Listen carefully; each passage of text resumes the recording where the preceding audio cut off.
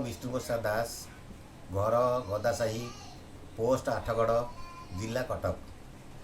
स्वाधीनता दिवस उपलक्षे मुई कविताटी पढ़ा जाऊँगी।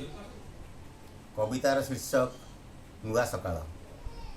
नुआ सकाळ एक असमाहित प्रश्न हो रही आसी मनरे। गड़ी चली जीवन, कल्प पर कल्प देखी आसी प्रतारणा। सेवकर मंत्र आज बाटबणा जमीती आसी केते कल्प संधि। जेतेबेले मन भरी जाए आश्वासन, प्रतिश्रुति देखाए सपन, माटी महमह बास्ना राम राज्यर। तल पाहचरे दिशे उपरर साम्यता, समय पुणी कल लेउटाए विश्वासघातकर अटहास्यरे।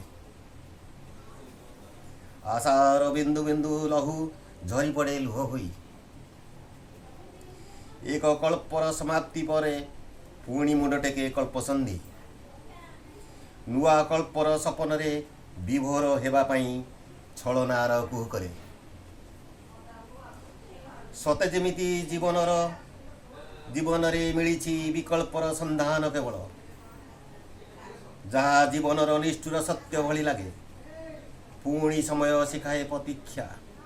जार अंत नाही बोध हुए एही जीवन रे। यही तो जीवन एबे निजको बुझाई देइछि बंचिवार राहा। धन्यवाद।